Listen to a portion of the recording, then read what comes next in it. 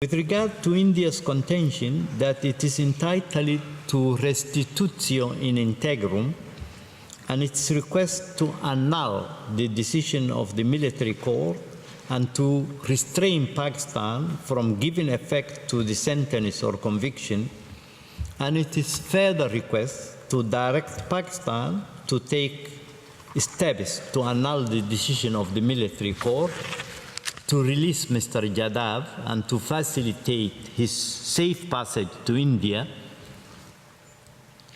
The court reiterates that it's not the conviction and sentence of Mr. Jadhav which are to be regarded as a violation of Article 36 of the Vienna Convention. The court also recalls that it is not to be presumed that partial or total annulment of conviction or sentence provides the sole and necessary remedy in cases of violations of Article 36 of the Vienna Convention. Thus, the court finds that these submissions made by India cannot be upheld.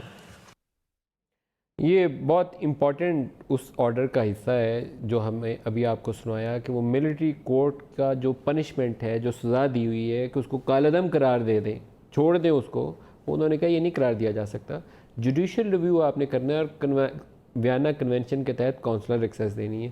تو احسن اقبال صاحب پاکستان مسلم league نواز کے senior رہنما اور پاکستان کے farmer interior minister ہمارے ساتھ ہیں. احسن صاحب آپ کو ویری وارم ویلکم. پہلے تو یہ کلبھوشن والے فیصلے پہ رد عمل دے دیجیے آپ.